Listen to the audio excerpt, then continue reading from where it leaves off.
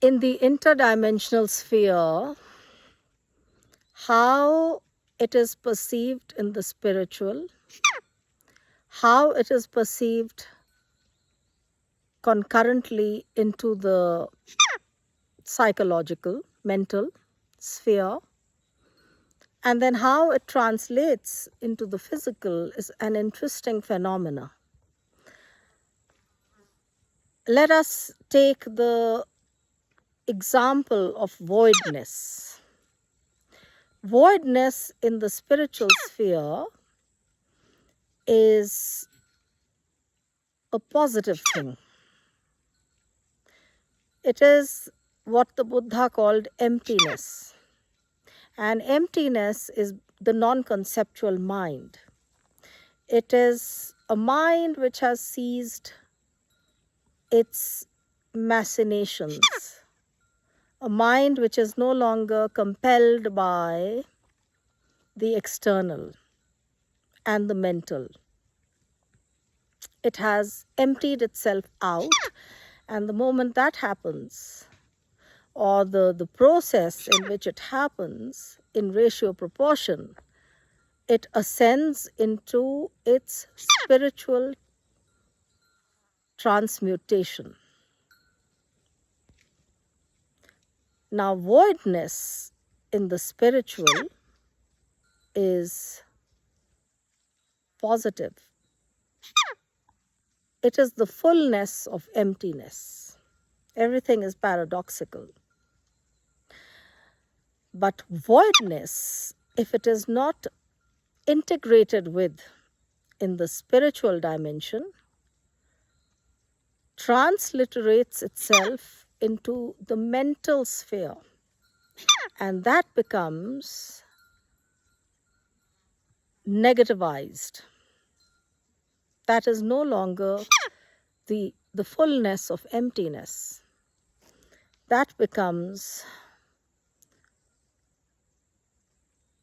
a voidness which has no meaning. And its meaninglessness begins to gnaw in the mental terrain of the person who has allowed this spiritual state to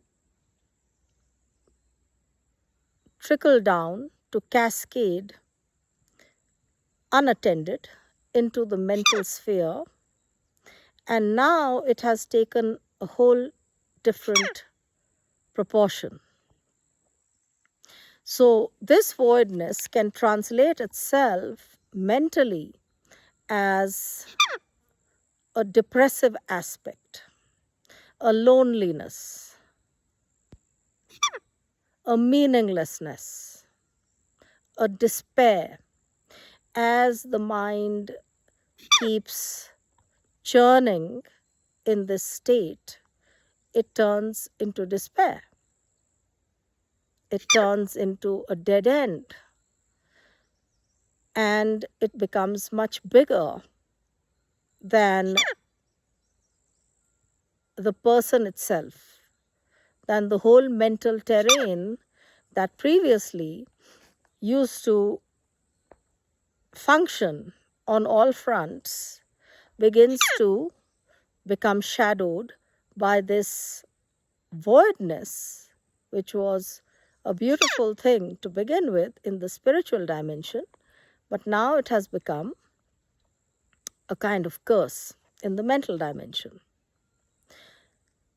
Now, once it gets installed in the mental dimension, it will trickle down into the physical, the biological, the physiological.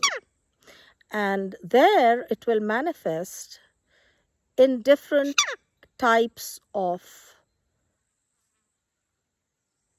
diseases or illnesses or sicknesses or conditions which are unpleasant, but which tie in with this state of mind as it has now become.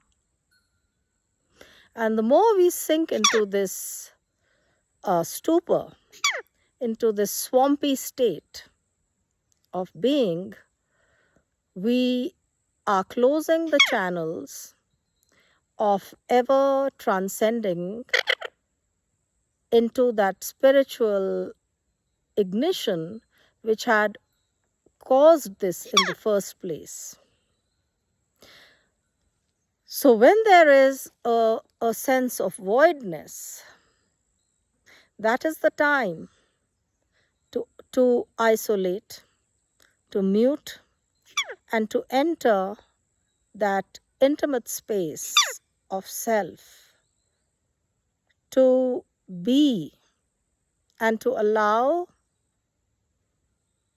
that sacredness to birth itself.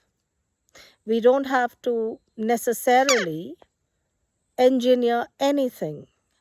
It is intelligent enough to take shape according to our karmic grid.